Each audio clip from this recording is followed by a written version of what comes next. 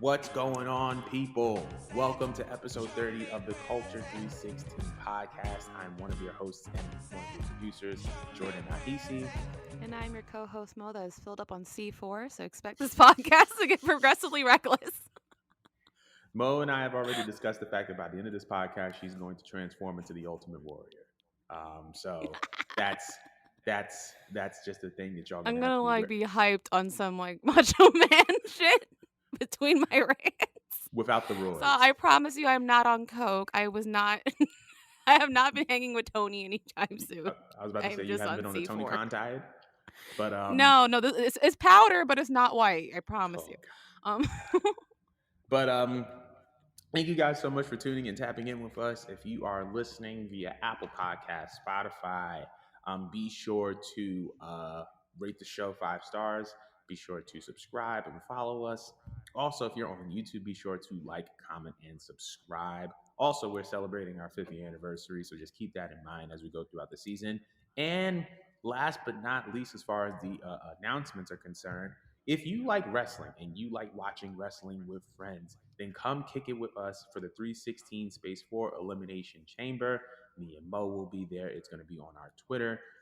We're going to be going live at 7:45 Eastern Standard Time. That is 4:45 Pacific Standard Time. So come kick it with us.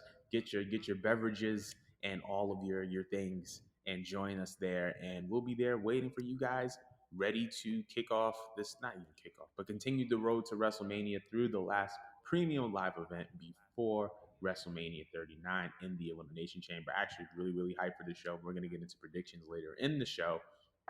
But without further ado, let's get it started with some news that is non WWE related. Per Sports Illustrated yesterday, Ring of Honor television will begin airing on March 2nd, and they will be airing episodes every single Thursday on Honor Club. The first ever tapings will take place at Universal Studios in Orlando on February 25th and 26th. Tony Khan has also stated that it will take place that it will be available for the tickets will be available for the inaugural taping of the new Ring of Honor. And like I said earlier before, the episodes will be available on Honor Club, which is Ring of Honor's subscription service, as they do not have a television deal in place just yet. But I wanted to know your thoughts and your impressions on the fact that we're finally getting a Ring of Honor television product or television adjacent product.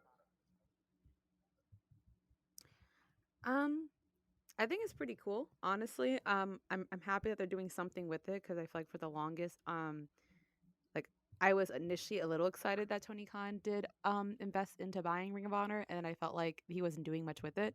Mm. I think we all kind of thought it was a little forgotten about. But I think in the last couple months, there's been a build of interest with Ring of Honor, especially with like all the events that's been happening. Mm. So I think, yeah, I could expect more of like an audience, or at least like people just wanting to join in and getting a ticket for it. I actually am interested in seeing how the tapings would go and if it would be any different from what we see on Wednesday nights and on Friday nights. I kind of don't know what to expect from it quite yet. Do you think it's going to be like booked a little bit differently than Rampage and Dynamite? Like, what do you expect? So I don't expect too many. Well, definitely expect a difference in the presentation. I think we're going to go with a version of Ring of Honor that's not going to be as polished as a Dynamite or a Rampage. Um, it's interesting that they're doing this at Universal Studios, which is where they take dark sometimes, and also where traditionally the original TNA Impact was filmed.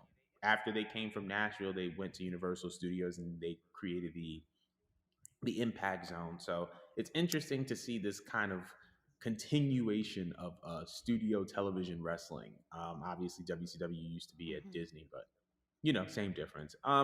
As far as how things are going to be booked, I think that we're definitely going to get a focus on a lot of the Ring of Honor centric talent. I think that we're going to get a lot of Cesaro.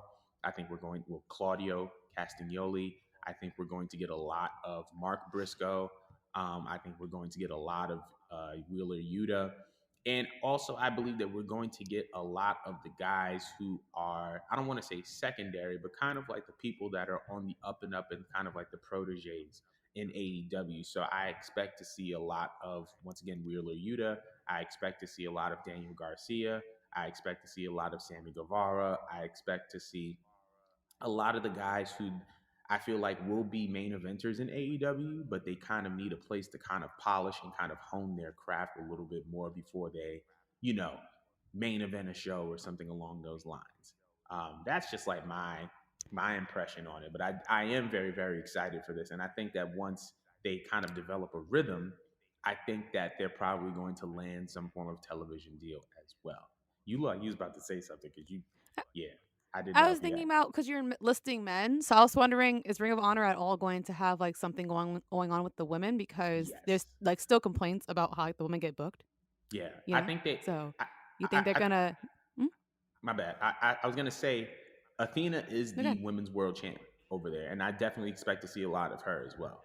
And I think we were talking about Willow last week. I think that we're going to see a Yeah. lot of Willow in Ring of Honor. Um, that's where I think she was Ooh, that's originally a good way to signed to. set Like, it it, up. huh? No, that's a great way to like if they wanted to work with her now and not wait till next year to capitalize on her. That would be a good way to give her Mm, own spotlight. yeah, I think. But go on, you were saying something. Yeah, yeah, I was just gonna say I think we're gonna see a lot of Willow on Ring of Honor because I originally she was signed to Ring of Honor, like I guess through AEW, but I think that considering that Athena is a face and no, Athena is a heel and Willow is a face, I think that we're going to see Willow become the face of Ring of Honor eventually, especially like their women's division. But I definitely expect there to see a focus on the women. Do you think that there's going to be an improvement in how women are booked in Ring of Honor versus how they were booked in AEW? You know? Definitely can't make any promises because it's been a shit show, and I think everyone could agree last night was probably one of the worst dynamites I've ever seen in my entire life. Mm, One of those was thanks to the way that they've been booking Soraya and Tony Storm. God help them. I hope that there's an improvement, just because it's a bit of a shame because they have such a talented and diverse division.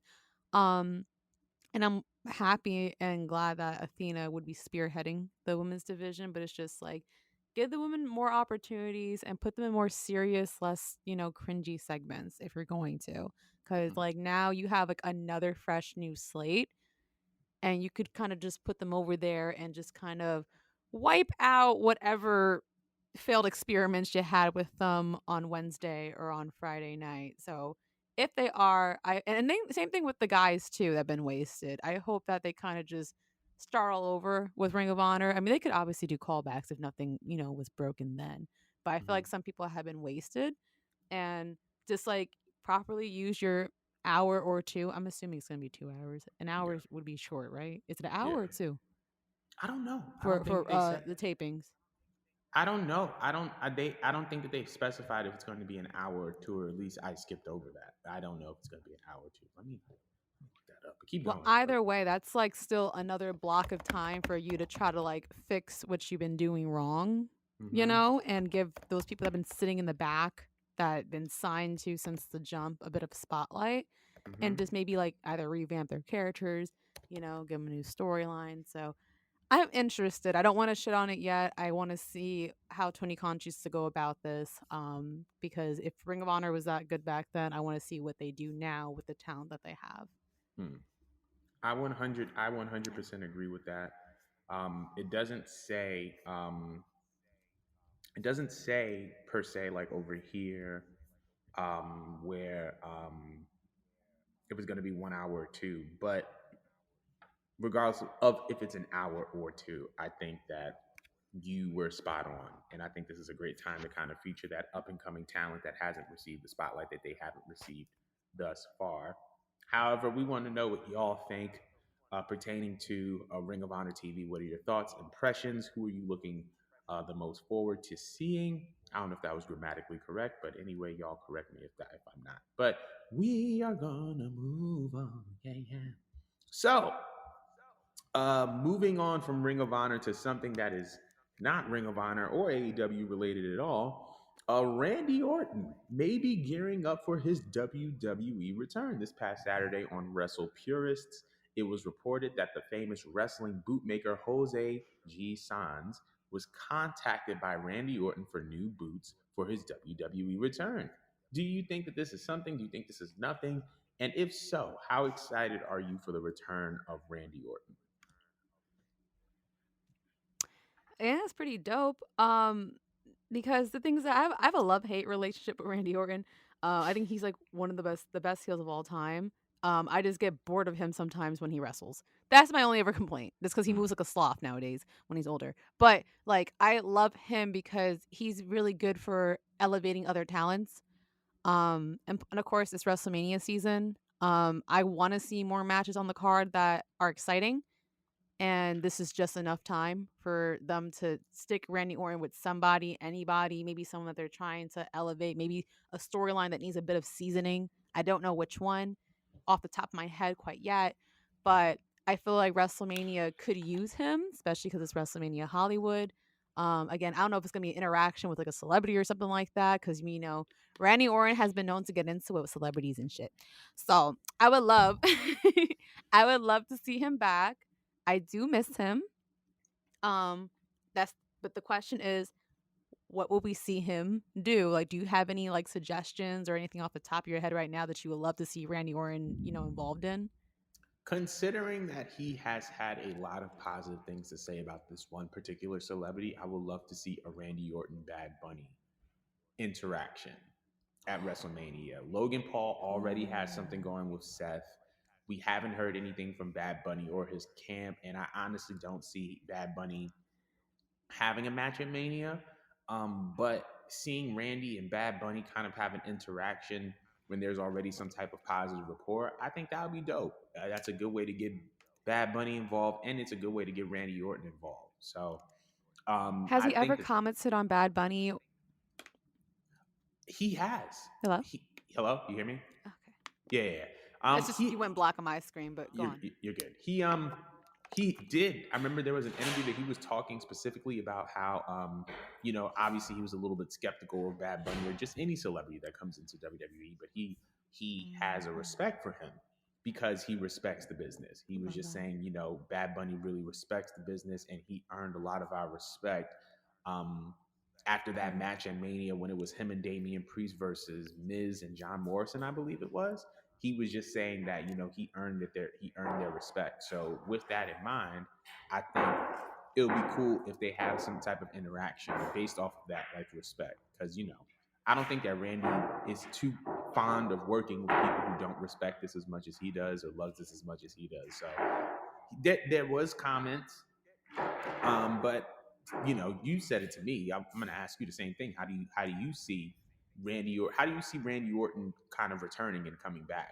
In which way would you book Randy Orton coming back?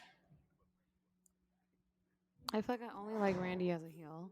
Mm, So, um, I feel like again because it's WrestleMania Hollywood, why don't you run off of that, you know, um, like that brand? And I mean, I wasn't even thinking Bad Bunny, and that's really a hard choice to top, just because you don't need too much like booking on that. Again, like we know that he's already feisty outside yeah. of WWE when it comes to defending this product, the territory of it. He's not really bitter about it. It's just that like he's respected about it.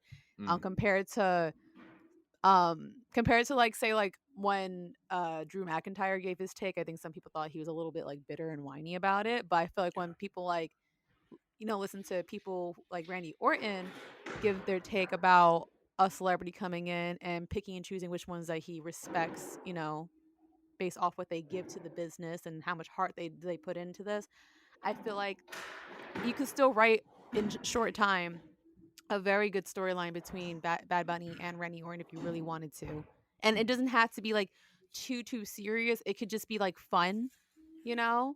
I Yeah. feel like that's what's missing out of this WrestleMania card, something that's just like fun that you just want to see just because you want to be like what would happen? Right. What would happen if you really put a Bad Bunny with a Randy Orton? What way are we going to receive an RKO? with Right. these two, considering we just realized how athletic Bad Bunny is. So I actually really do like that. Um, I believe we saw Randy Orton go out while he was in the tag team still, right? If I'm not Mm-hmm. mistaken. I don't want Yeah. to see him involved in a tag team Same. at all. I want to see him just do a one-on-one. I'm trying to think right now though. Is there somebody that could use a little bit of a rub that what was that? My fault. Keep going. My bad. Nah, no, you're good. That was just My really bad. funny. Oh my god. But yeah, no, it's kind of perfect. It's kind of oh, I just had a thought in my head. Talk We're to gonna me. have Randy and Cody coexist at the same time. Can I have like a little Mm. side interaction with them? Can I have a little legacy callback? I I'm not sure think if I need a tag team, but I listen. I don't know if go they could go. be a tag team.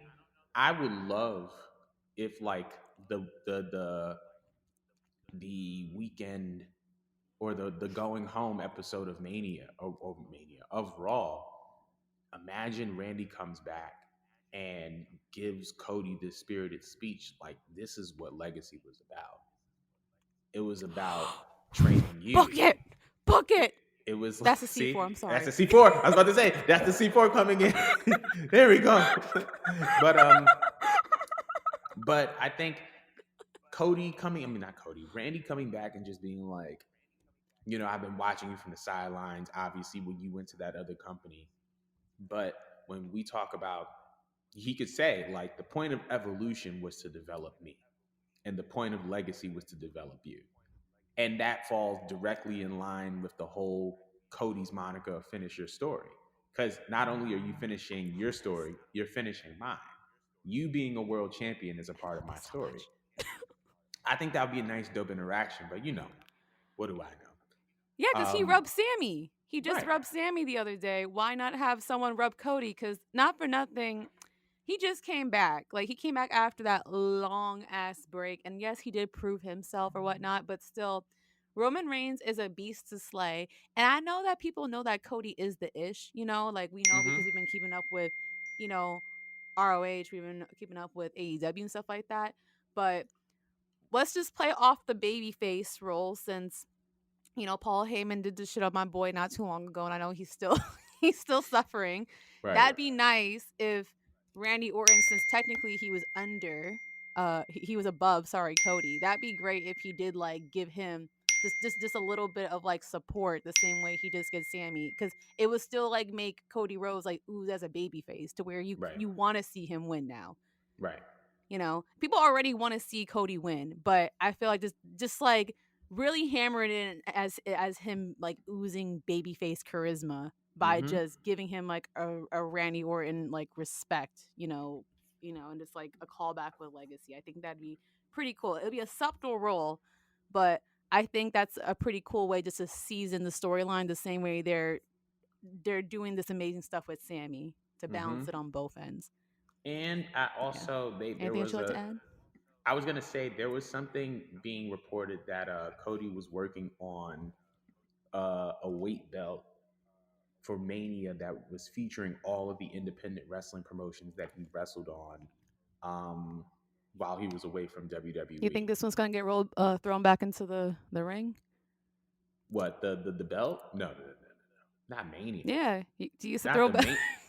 you, I feel you know like how the fans just said screw him in yeah, and AEW, just threw the chuck shit the right joint back, back into. gave the Nah, John Cena treatment. I think they would actually just take it because like that's a one of a kind belt, and it's gonna be that's something that the indie darlings are gonna like love, just eat it up. But we'll see what happens. But we're gonna move on. I want to hear what y'all thinking about Randy Orton's potential return to WWE. But Sure. speaking of Randy Orton, it seems like another former WWE talent or WWE talent may be making their way back to Connecticut in a now deleted picture. Dax Harwood, one half of the tag team FTR, posted a picture on his Instagram featuring a bottle of alcohol, I believe it was tequila. But on the side of said picture was a document that featured the WWE logo, and many people were speculating that it was a WWE contract. Is this nothing or is this something? Do you believe that the revival are in the middle of making their return back to WWE? I can never picture it. um, and the reason why is I think about from I think it was either 2019 or 2020, but there was like I remember there was a report that came out a while ago of what Vince McMahon wanted to put them into, like these stupid, goofy costumes that look like medieval characters or something like that. And I just remember um, FTR just shitting all over just Vince and the concept um, that he had for them and the way he views tag team wrestling, Mm-hmm. and they very much well stood on that. However, I don't think they're 100% happy the way that they're treated in AEW. I feel like they're Mm-hmm. more or less grateful but going with the flow sometimes, Right. cuz I constantly feel like it's constantly fuck them. Mm. Like, and I don't know what they did, but I feel like they refuse to allow them to be like on the top.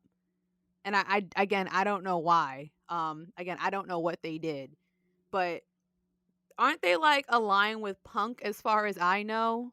So if they all think alike, right? Punk's a troll. I Mm-hmm. don't put it past these two to just, be trolls just for the shits and giggles, just because they can. I can't picture them going back to WWE because what is there for them if they go back to WWE? I don't think tag team wrestling is taken seriously enough still over there for them Mm. to even entertain that idea. Do you have like an opposing opinion to this? Do you think that they would or have? You I do? do. I do. I do Oh think they're God, going to I go gotta back hear to this one. WWE. All right, hold So on. one of the I need this explanation. one of the things that so for starters, right, I agree with your points, right, that they were crapping all over WWE and how Vince McMahon viewed tag team wrestling. But you know who else crapped on WWE, and not just crapped on WWE, but also crapped on Vince and Triple H? Um, Oh yeah. the Good Brothers. The Good Brothers were also in that same exact position of like F WWE, WWE this, WWE that. But the moment that they had the opportunity to return, they came back. I think that when it comes down to WWE, when it comes down to tag team wrestling, is it where it needs to be? No, but it is a lot better than where it used to be as far as the presentation of Jordan, tag I'm team losing you on wrestling. my end. So I can say that. And I, And you're back. okay, so I You're was back. just saying that is WWE where it used is WWE where is WWE where it needs to be? Was it when it comes to tag team wrestling? No, but they are significantly better than where they were. And I feel like tag teams are definitely taken more seriously now than they used to be taken. In addition to that, in an old interview, one of the things that FTR said that eluded them in WWE that they really, really wanted to do was to do an official stable with Randy Orton, which was going to be FTRKO. And I think that that's something that they would explore. Now, as far as accomplishments, I think that FTR has done it all. When between what they did in WWE and what they did here in AEW, I think they've done it all. They've been the WWE Tag Team Champions, the Raw Tag Team Champions, the SmackDown Tag Team Champions, IWGP Tag Team Champions, AAA Tag Team Champions, Ring of Honor Tag Team Champions. They were the last match against the Briscoes and the AEW Tag Team Champions. They've had matches against the Good Brothers. They've had matches against the Young Bucks. They've done it all. They've checked off everything off the list. So now I think when we talk about their next step, I think they're more so focused on their financial stability and their financial stability, their family's financial stability. And I don't think there's going to be a company that writes them a bigger check than WWE at this point in time in their career. And I think that because of that, the revival would go back to WWE just for the sake of being financially stable, and on top of that, just for possibly exploring another like a potential stable with Randy Orton, which I think would be super dope. I'd be down for FTRKO, even if it's a nice little 9 month run, some cute, something sweet, something simple. I'm down for that. But that's my little opposing view. I don't think, and I, so one, but just to be clear, I don't think that they would go back to WWE because they have to. I think it's just like, listen, we've done all the tag team things, we've had all the accomplishments. Let's get some money now. Let's get let's get to the bag. So that's my opinion about FTR, the revival, possibly going to WWE. I respect that take. That just makes sense. They did kind of like accomplish everything and pad up their resume. It's kind of at a point like, hey, like, I'm coming back at a higher value now. Like, Mm, let's talk some money.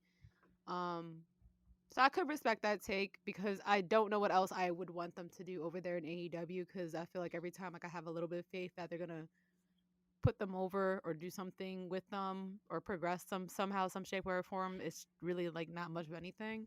mm, So I get it. I get that much. I mean, it'd be nice. It would definitely add some seasoning into maybe something for Mania if they did want to bring them back. You mm-hmm, know, um, and plus they have a good relationship with Hunter as far as I know. With the way that they mm-hmm, were in NXT. So perhaps they could be booked a little bit differently.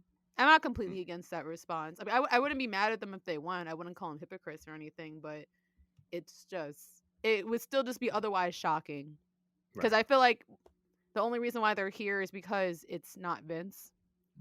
Yeah, If it very was, true. it'd definitely be fuck them. But yeah, nah, that'd be pretty cool to see him back.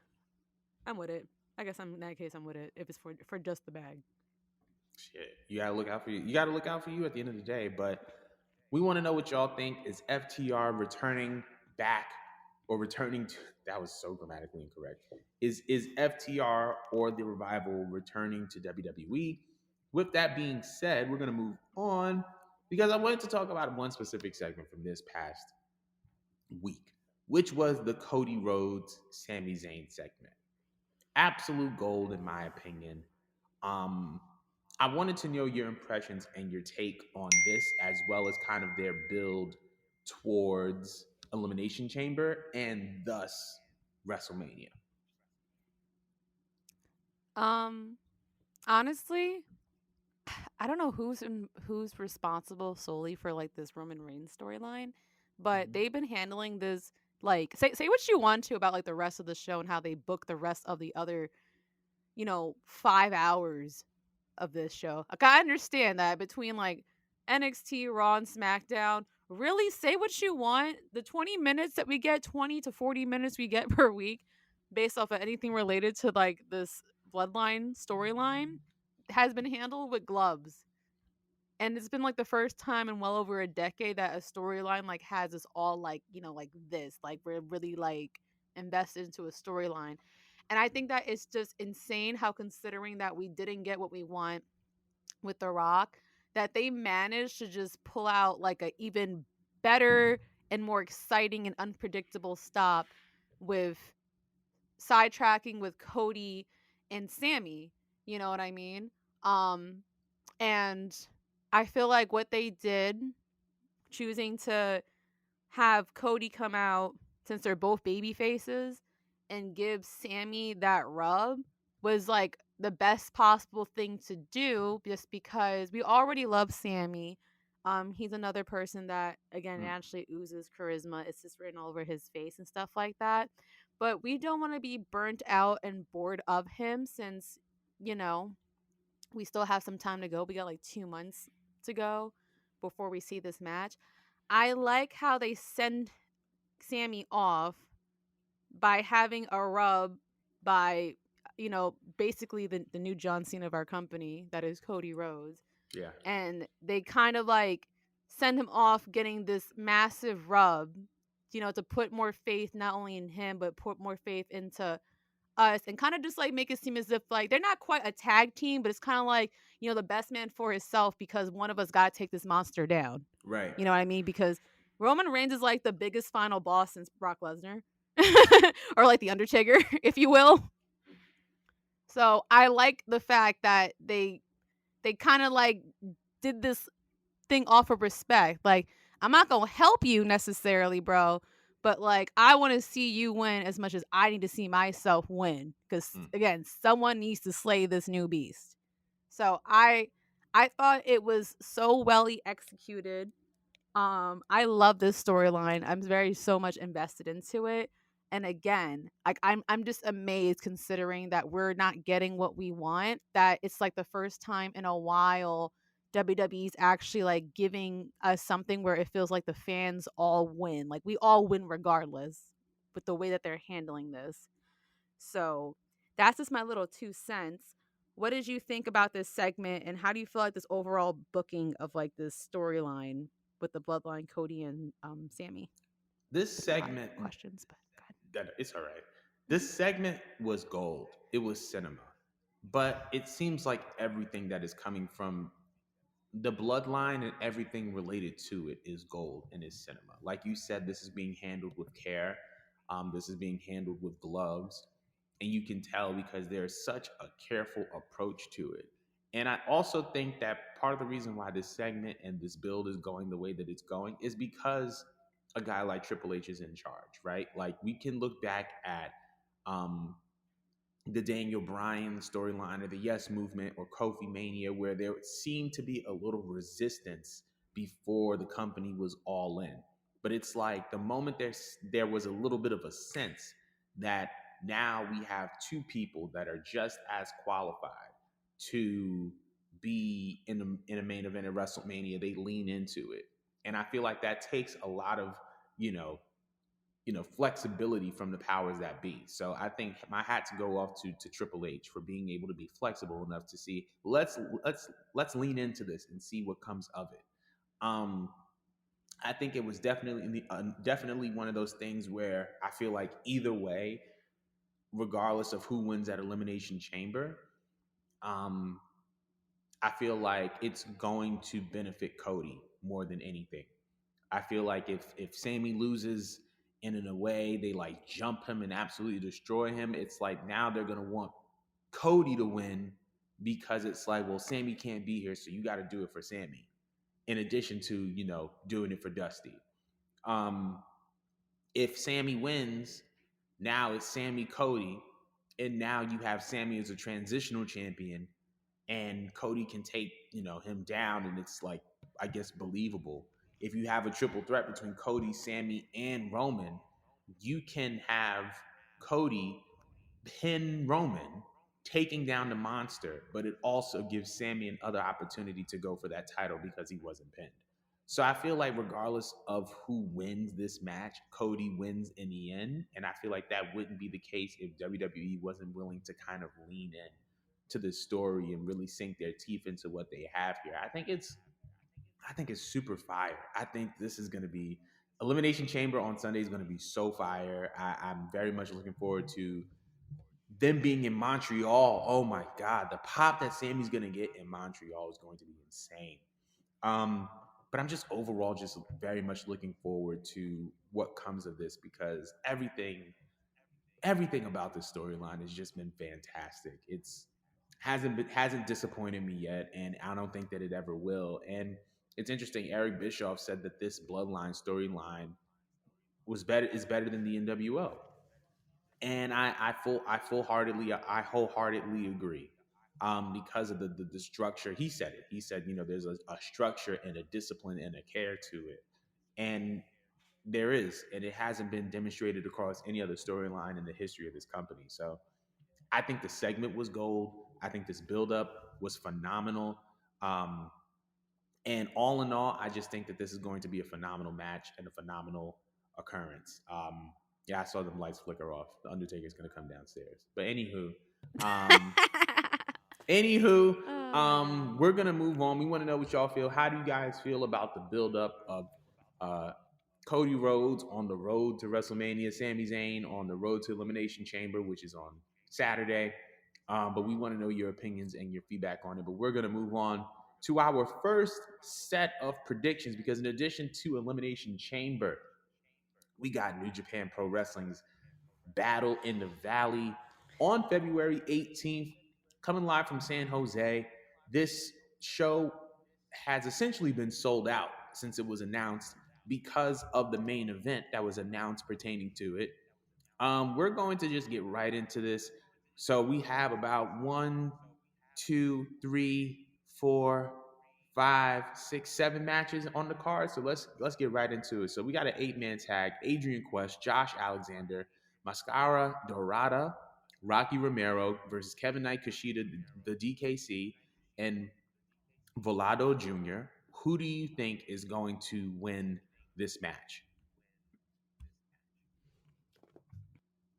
Hold on, I'm gonna need you to give me one moment to You're good. I can copy and paste as long as y'all. You don't understand. Jordan sent the longest hyperlink instead of The instead of longest just one. writing out the match.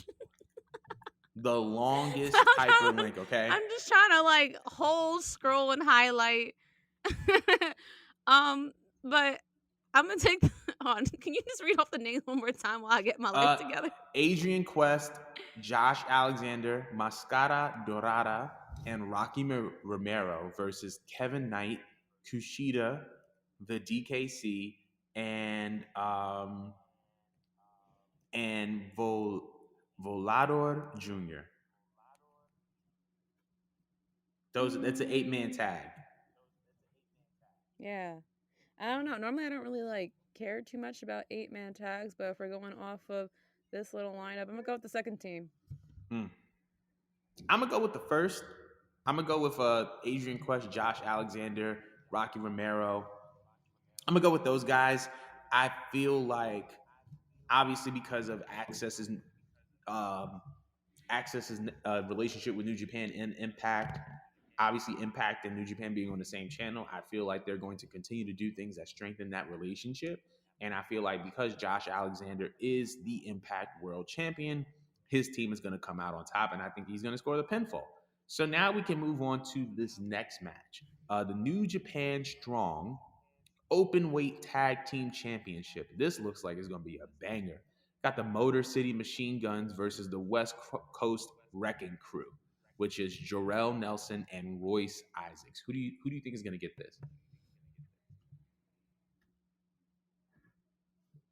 I guess I'm more familiar with the Motor City Machine Guns. I'm gonna go with them.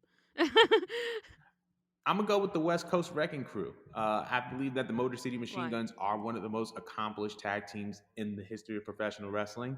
But they've been on top and one of the most influential for pretty much past 15, 20 years. And I think that they're going to put themselves in a position to put a new team over, hence the West Coast Wrecking Crew. So I'm going to go with West Coast Wrecking Crew on this one. Next, we got the Filthy Rules fight. Homicide versus Tom Lawler. Who do you got?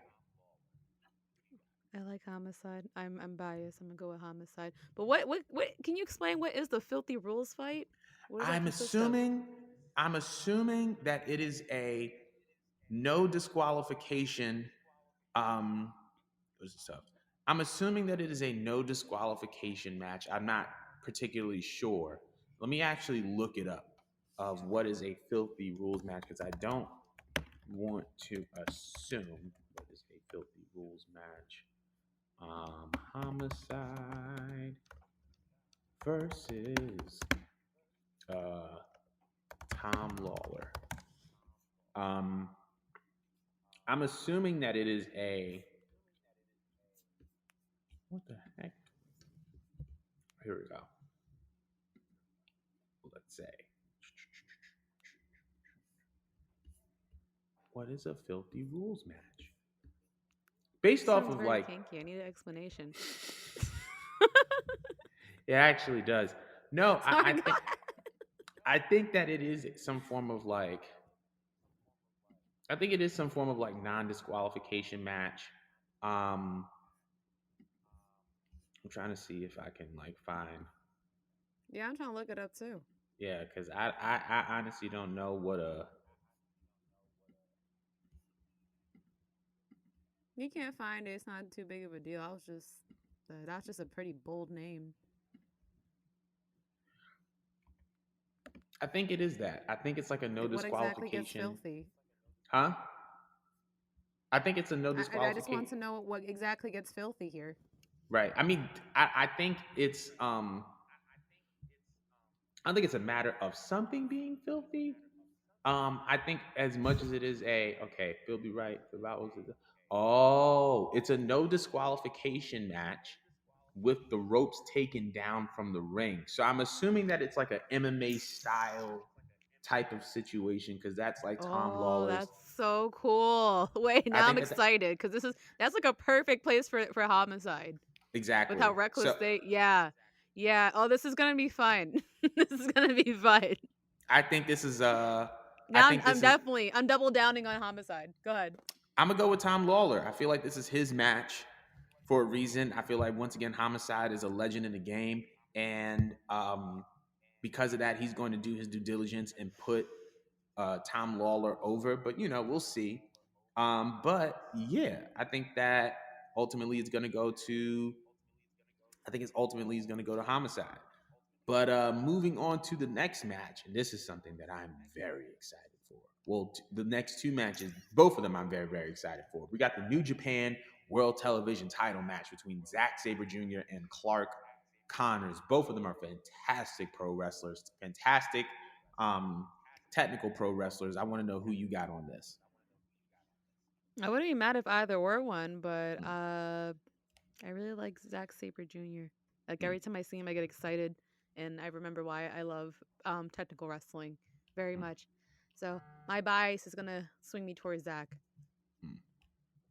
I'm gonna go with Zack Sabre Jr. as well. So we align on that aspect. I just think that he's having a good reign. I feel like you're still getting this championship established, and you go to one of the best, technical wrestlers in the world, and I think it's gonna be a banger of a match. But I do think that Zack Sabre Jr. is gonna win Yeah. this match.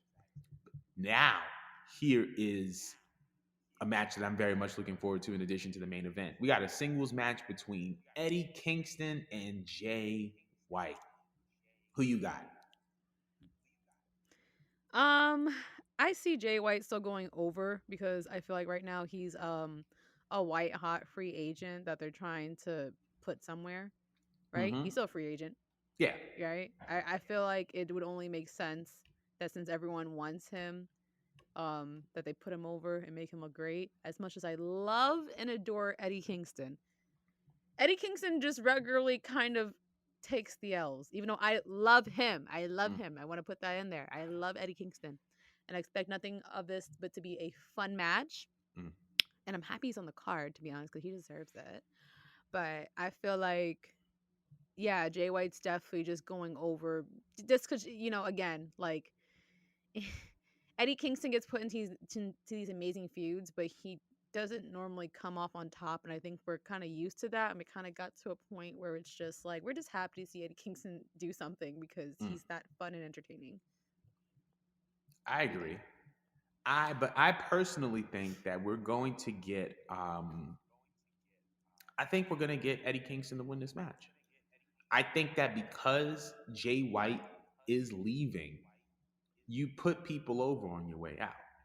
I feel like Eddie is going to be more involved in New Japan. And because Eddie's going to be more involved in New Japan, he may go for some championships. He may be in some major storylines. And because of that, I just think that Jay White being a former uh, IWGP World Heavyweight Champion, him taking the pin or him, losing to Eddie Kingston is only going to elevate Eddie Kingston. Jay White here has nothing to That's true. lose. Jay White here has nothing to lose. If he takes the pin, it's not really going to hurt him. There's already been rumors of him going to WWE anyway, where he would probably have to start fresh anyway. This wouldn't hurt him, and it puts Eddie Kingston over. Um, but moving on from that, we have the New Japan Strong Openweight Championship match between Fred Rosser and Kenta. Who do you think is going to get this match? Between Fred Roster and Kenta, I'm trying to catch up where you're at because I went on a different page than you. And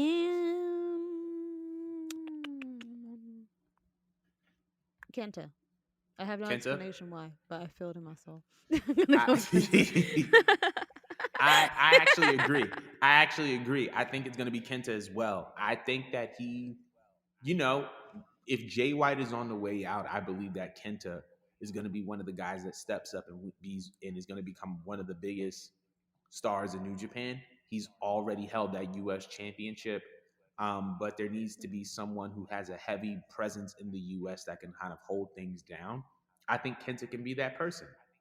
And I think that for the sake of, you know, viewership, for the sake of the fans, they've been waiting to see Kenta be a heavyweight title or holder of some sort since he left WWE. And I think that him winning this title is going to be that, you know, that way that he's going to become even though it's an open weight championship, it's the main championship of New Japan Strong. So I think that because of that, he's going For to win. real. And now for what the people came to see, the IWGP Women's World Championship match between Kyrie and Mercedes Monet. Who do you got? Kyrie and Mercedes. I feel like they'd be an idiot to not have Mercedes win. As much Mm, as I love and adore Kyrie, um, you know, she's been doing amazing things since she's exited WWE. This is mm-hmm, going to be a great match and a good introduction back for Mercedes, just because she's been away from the ring in front of an audience, as far as we know, for like what 8 months, 8 9 months, or something like that. mm-hmm. Yeah. Um, and this is someone that she's very familiar with because she tossed it up with the Kabuki Warriors. Mm-hmm, So I'm excited to see what this match is going to be like. But with the momentum, with the way that they've been hiding her and her moves and stuff like that, and they just gave us just a little sprinkle of her when she came out just like last month. I just think you'd be a fool to just have her come and then lose. mm-hmm. I just feel like you can't. You have to ride off of that very cocky momentum. And plus, I'm not sure if you peeped this, but I was stalking her Instagram, and she had like a documentary come out about her journey and this dream that she had of coming to Japan, and had she has never been so happy. And that she's so grateful that she took this sacrifice, and that fans are actually supporting her Mm-hmm. making this big decision to walk out, switch companies, and go switch literal continents, because that's such a bold move that a lot of people just would not follow through with, because a lot of people are diehard WWE fans and each their own. That's fine if you want to move that way, but that you have to be a very gravitating force in your own right to have fans actually want to sit there and go subscribe to a whole new promotion that is in a whole different language and a whole different setup with a whole different culture and a whole new adjustment, just because they want to see you win over there. So I Mm. feel like if they do all of this and she does not get the belt, they are losing money. Like it would be the dumbest promotional decision I had ever witnessed. If you acquire someone such as Mercedes and you promote her in such this way, and they've been breadcrumbing us with like what she's doing. Yeah. We want to see what she does, and we want to see her win, and we just want to see Sasha versus all these other people, which it would Mm-hmm. help their division too. It would force people to watch because they just want to see Sasha wrestle and Sasha do her thing and Sasha mix up with other people. You're only helping out the other female wrestlers that are foreign to us Americans if you Mm-hmm. put the belt on Sasha and you have Sasha mix it up with them, because now you're proving that Sasha could still wrestle, can mix it up, and can handle a different style wrestling, because she's going to be wrestling stiffer, much, Mm-hmm. much stiffer, longer matches. So it's gonna put those females over and Sasha, because that's what Sasha does best. She doesn't go into business for herself. Of course, this was like one move that she did do for herself, but she doesn't like make this drastic decisions like this without Mm-hmm. trying to help the entire promotion, all the women around her. So yeah, Sasha has to win. It's not that I think she should win. She has to win. Otherwise, you're flopping hard, Japan. Like you can't do this. You cannot do this to us. What do you to kind think? of to kind of build off of what you were saying, even we talked about this, I think last month when we were talking about Mercedes and just like her appearance in New Japan, right? Talking Yeah. about just like the difference that made and the numbers that came from that, right? Being one of the highest searches on Google, bringing in I would say bringing in more likes, I mean, not more likes, but more subscribers upon her Wrestle Kingdom appearance than Chris Jericho did when he had a Wrestle Kingdom match. Mercedes Monet Yup. is a difference maker in any company. And the appearance proved why she needs to be the champion. Because when you are establishing Yep. a new division, you need visibility and you need prestige. When we talk about women's wrestling and the Mhm. women's revolution, Mercedes has been responsible for some of the greatest matches in women's wrestling, some of the greatest moments in women's wrestling, has been advocating for things in women's wrestling that had she not advocated for would not be in place. And when you Mm-hmm. got that in mind and you are New Japan Pro Wrestling and you're trying to embark on reestablishing your company to be at the forefront of this industry now that you don't have the Bullet Club buzz that you used to, or you don't have the stars that you used to, you need to do the right thing and you need to put the belt on Mercedes. That's the reason why I think that Mm-hmm. Mercedes is going to win this match. I think that what she's going to do for this women's division is very similar to what Britt Baker did for the AEW women's division. Um, in the sense that once she gets that belt is going to be synonymous with her and her legacy, and it's going to put her company and her division on the map. And like you said, once she gets the title, I do believe that we're going to see her up against a lot of other women from a lot of other companies, right? When, one of the problems that Jamie Hayter has been having is having formidable opponents. Who's to say that we can't have a Jamie Hayter versus Mercedes Moné match where winner takes all? And now we got belts going back and forth to and fro Japan. I think it just makes the most sense, and ultimately it just needs to happen because Mercedes is a star. So to kind of wrap that up, Mercedes, I think, is going to beat Kyrie. But gosh, shout outs to Mercedes for like betting on herself. And obviously, like this event Mm-hmm. sold out just because her match was announced. Like before Jay White, Eddie Kingston, before all these other matches, Mercedes was announced for this event, and the event sold out. That should tell you how valuable she is. But we want to know y'all She's battle that of the Valley. girl. She's that girl. We want to know what y'all battle of the Mm-hmm. Valley predictions are. Let us know in the comments. We're going to move on to the Elimination Chamber. So, on that same day, we got the Elimination Chamber. We're going to run through these matches real quick. So, first match, we got Brock Lesnar versus Bobby Lashley. Singles match, non-title match. Who you think is going to win? Brock. Mm, It's Brock. Brock don't show up unless he's going to win, unless he's gonna mm. go feign some obscurity. But you're gonna keep it on Brock, and then you're gonna bring Brock to Meanie so he can collect another paychecks. That's just my short answer as to why it's Brock. You know, Brock Right. came here for a paycheck. That's a fact. That's a fact. A paycheck and a win, either a win or some type of match is going to lead to another paycheck. But I do believe that Brock is going to win this one because I think, Yeah. no. Actually, I think Bobby's going to win this one. I take that back. Bobby's going to win this one because I think Brock won the last one. I think Brock won the last one in like a very sneaky way, which is uncharacteristic of him. But I finally think we're going to get the Hurt Business Bobby Lashley to pull up and do damage. With that in mind, I do believe that Bobby Lashley is going to win. So Nah, I'm on Brock. Brock. we'll Next. see. We're going to find out.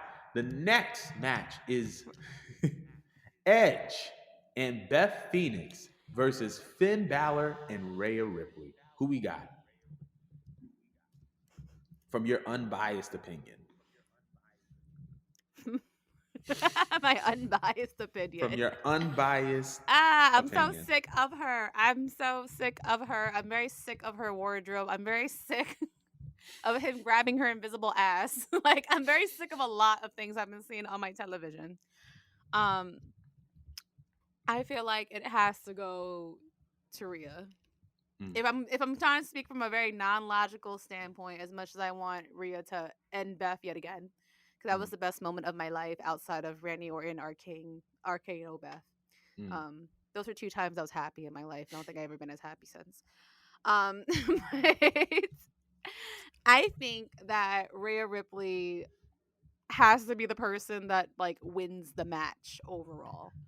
I Right. know that Edge is going on his way out. This is just something fun for him to do with his wife. I feel like as of right now, he doesn't care to be champion.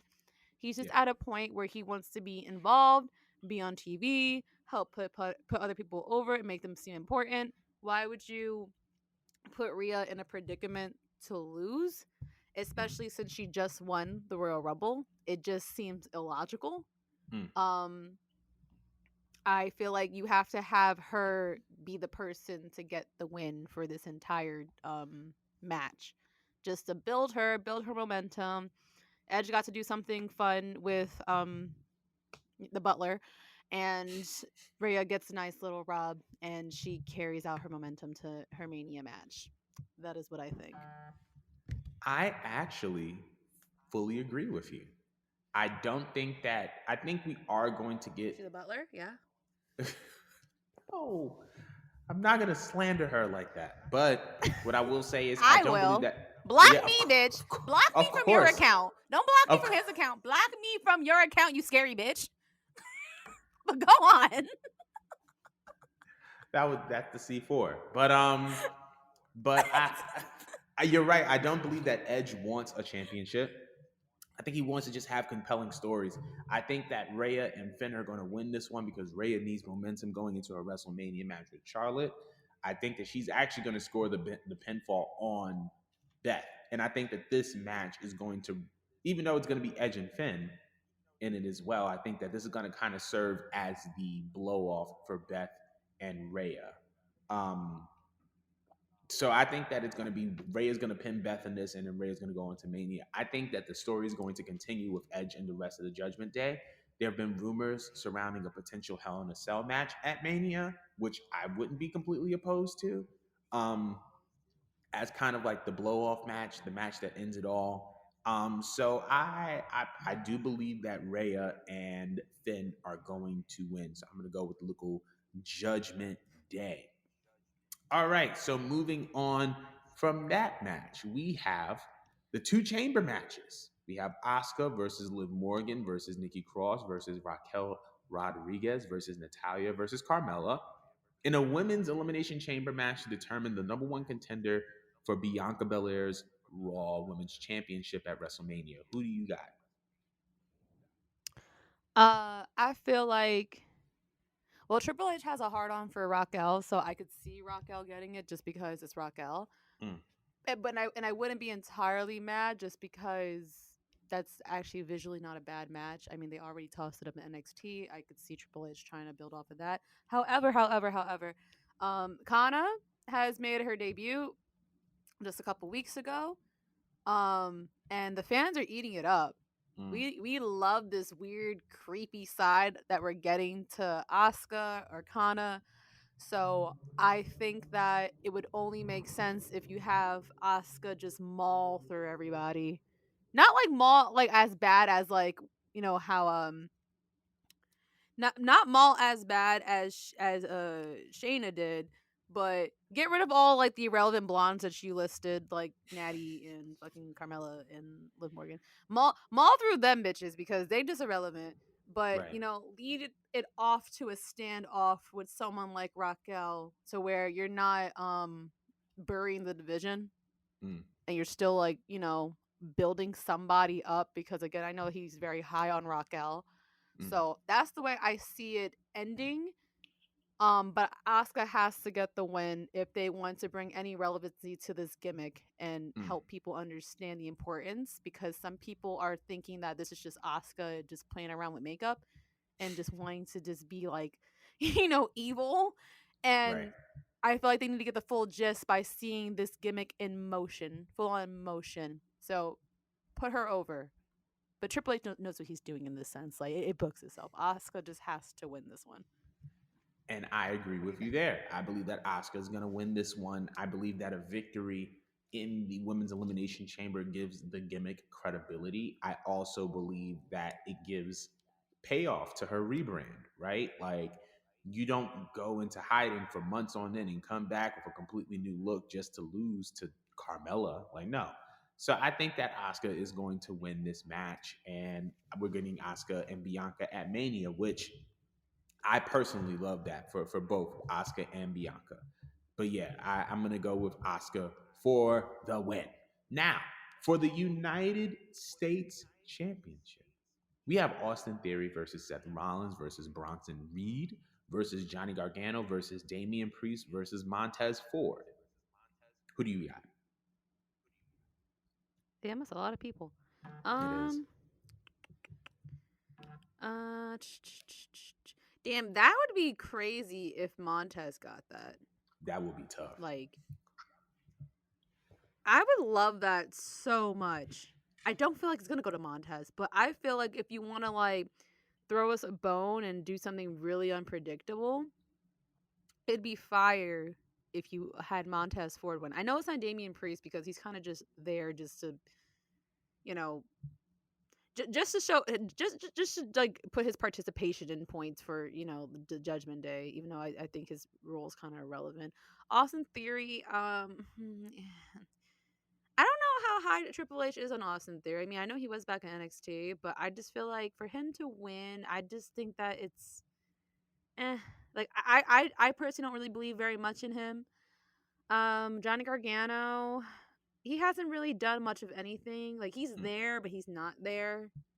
He's kind of like an annoying bug in my ear when I see him on the main roster. No, he's just like annoying. Like, I don't explain it. Like he's too. He already gave me dad energy before he was a dad, but now it's like extra dad energy. Like I can't Extra do it. dad-esque. I can't do it. It's so cringy. It's like a dad that wants to be a wrestler. You know what I mean? Like he never Yeah, got to like follow his dream as a kid. So he's experiencing it now in his 30s. That's the vibe I get off of Johnny Gargano. Even I know right. he's not all these things. It's just he's annoying to me. Seth Rollins doesn't really need to win, but if Seth Rollins ever wins, I'm never complaining because I fucking love Seth Rollins and his annoying red boots. Hmm. Um, Bronson Reed could benefit though. That's always a great way to put over someone that we haven't seen in a while, especially since he just got back into the company. I wouldn't be Right. mad if Bronson Reed won either, just because it's new and it's fresh. Final answer. I'm gonna guess Bronson Reed, but my Mm. heart wants Montez Ford. Mm. My heart wants Montez Ford or Johnny Gargano, but I think we're getting Austin Theory to retain. And I believe the reason why is because at Mania, I think we're going to get Austin Theory versus John Cena for the US title. I think But we're who getting wants to see Theory. that? I don't know. I don't listen. I don't know. I just think in my heart of hearts, that's what we're getting. But I think that because that's what we're getting, I think because of that, Austin Theory retains. I actually wouldn't mind seeing Theory versus Cena. Me personally. I only wouldn't because it's Cena, but I don't give a shit about Austin Theory. But and I get why, because visually you're getting the ruthless aggression looking Cena versus aged out Cena. You know Fine what I mean? wine Bald spot Cena. Cena. No, Fine bald spot wine Cena. Cena. Very true. That is bald spot Cena. But I hope the bald spot makes the game. By the way, that nah, chill. Don't do my bro John like that. Let him have his full head, bro. That's my guy. I love John Cena. But that would be just go grimy. ahead. But yeah, I think that's what we're getting at Mania. I think we're getting Cena. Um, I think we're getting Cena and what's the face at Mania? Cena and Austin What's his Theory at face? Mania. And because of That's that, what he Austin is. Theory is going to return.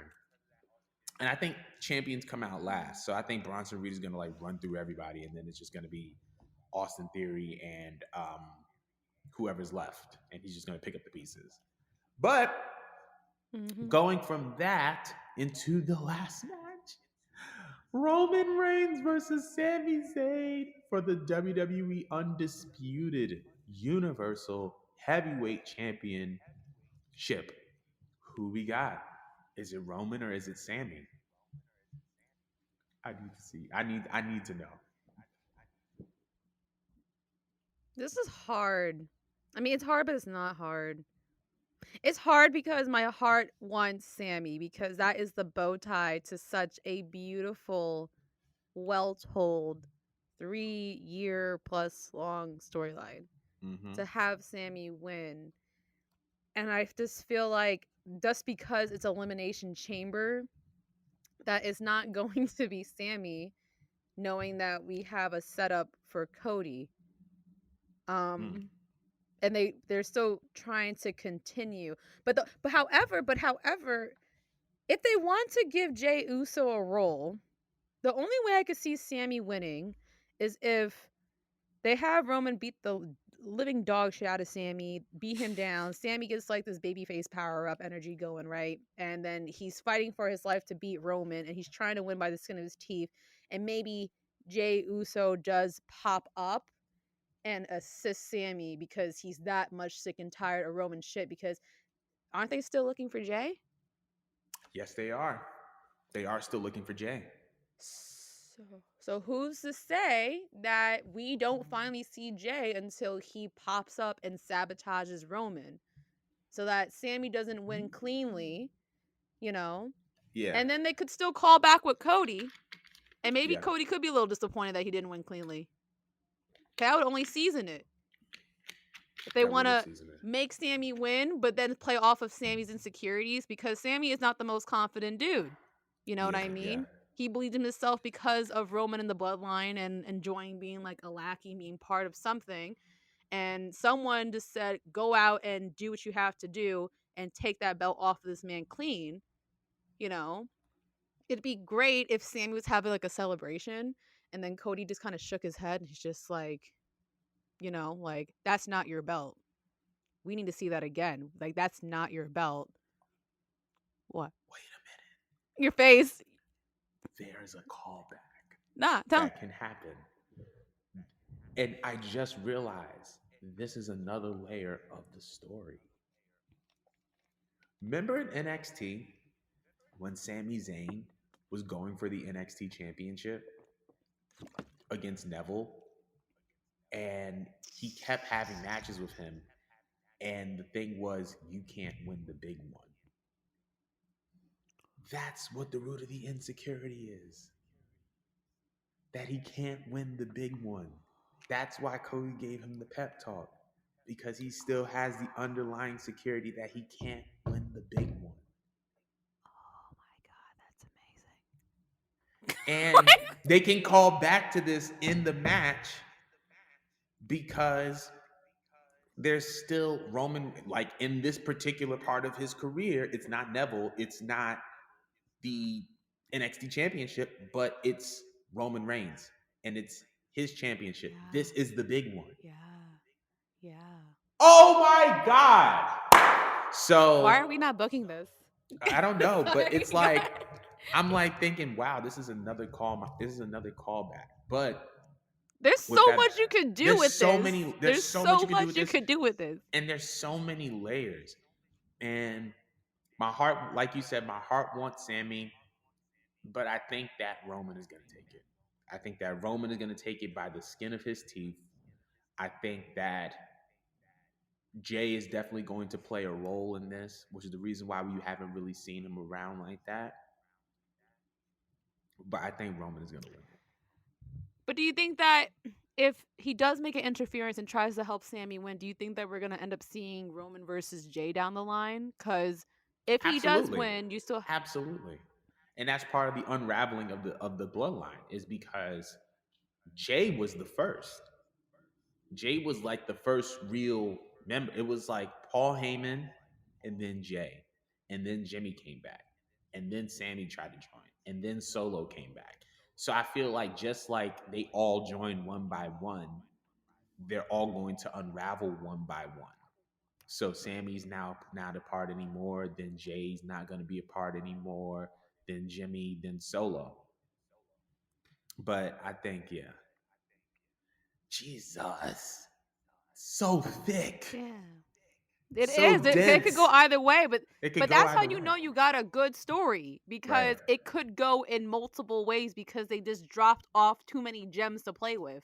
So you can't be mad with either decision. This is how wrestling's supposed to feel. I should feel like I don't know who got it, but whoever does got it, I'm not completely mad, but I'm definitely gonna feel some type of way. Exactly. You know? Wow, that was so good. Anyway. Anyway. That concludes our Elimination Chamber predictions for the week.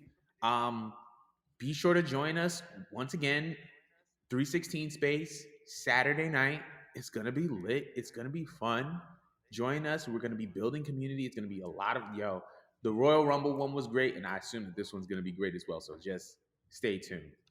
But that concludes our show for today. Thank y'all for joining episode 30. And we're going to be seeing y'all at 316 space, and we're going to see y'all next week.